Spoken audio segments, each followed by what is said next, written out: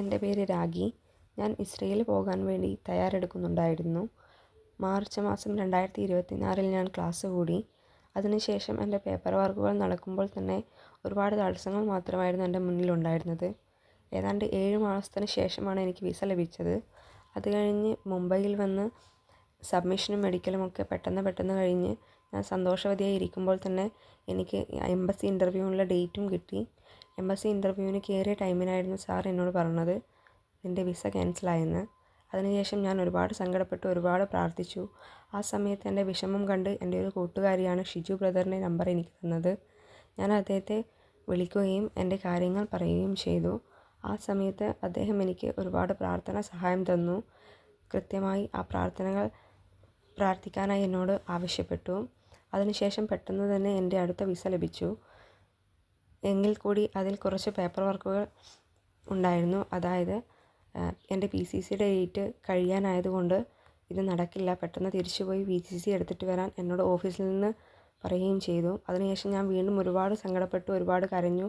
ഞാൻ അദ്ദേഹത്തെ വിളിച്ച് എൻ്റെ കാര്യങ്ങൾ വീണ്ടും പറഞ്ഞു. അതായത് PCC എടുക്കണമെങ്കിൽ വീണ്ടും നാട്ടിൽ പോയി ഏകദേശം 1 മാസം സമയം വീണ്ടും എടുക്കുമായിരുന്നു. പക്ഷേ പ്രാർത്ഥന കൈവെടിയാതിരിക്കാൻ അദ്ദേഹം എന്നോട് പറഞ്ഞു. നിയോഗം വെച്ച് പ്രാർത്ഥിക്കാനും പറഞ്ഞു. അതിനുശേഷം ഞാൻ നിയോഗം വെച്ച് പ്രാർത്ഥിക്കുകയും രാത്രി 2 മണിക്കുള്ള പ്രാർത്ഥന ചൊല്ലുകയും ചെയ്തു. ഒരത്ഭുതം എന്ന പോലെ പിറ്റേ ദിവസം തന്നെ എന്നോട് ഓഫീസിൽ നിന്ന് പറഞ്ഞു, നമുക്ക് ഈ പേപ്പർ വെച്ചിട്ട് തന്നെ മൂവ് ചെയ്യാം എന്ന്.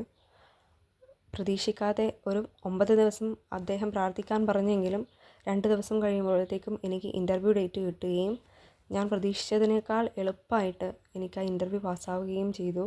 അടുത്ത ദിവസം തന്നെ എൻ്റെ പാസ്പോർട്ട് റിലീസ് ചെയ്തു. പെട്ടെന്ന് തന്നെ ഞാൻ ഇസ്രായേലിലോട്ടേക്ക് എത്തി.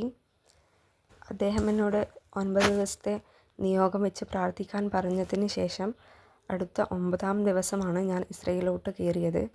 അത് ശരിക്കും എനിക്കൊരു അത്ഭുതം പോലെ തന്നെ തോന്നി. കാരണം ഞാൻ പ്രതീക്ഷിക്കാത്ത ദിവസമാണ് എനിക്ക് ഇൻ്റർവ്യൂ ഡേറ്റ് കിട്ടുകയും ഈ കാര്യങ്ങളൊക്കെ നടക്കുകയും ചെയ്തത്. ഞാനിപ്പോൾ ഇസ്രായേലിലെത്തി.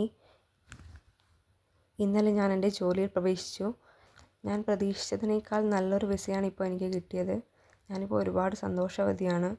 എനിക്ക് വേണ്ട പ്രാർത്ഥനാ സഹായം തന്ന ഷിജു ബ്രദറിനും അമ്മ മാതാവിനും യേശുവിനോടുമുള്ള നന്ദി എത്ര പറഞ്ഞാലും എനിക്ക് മതിയാവില്ല.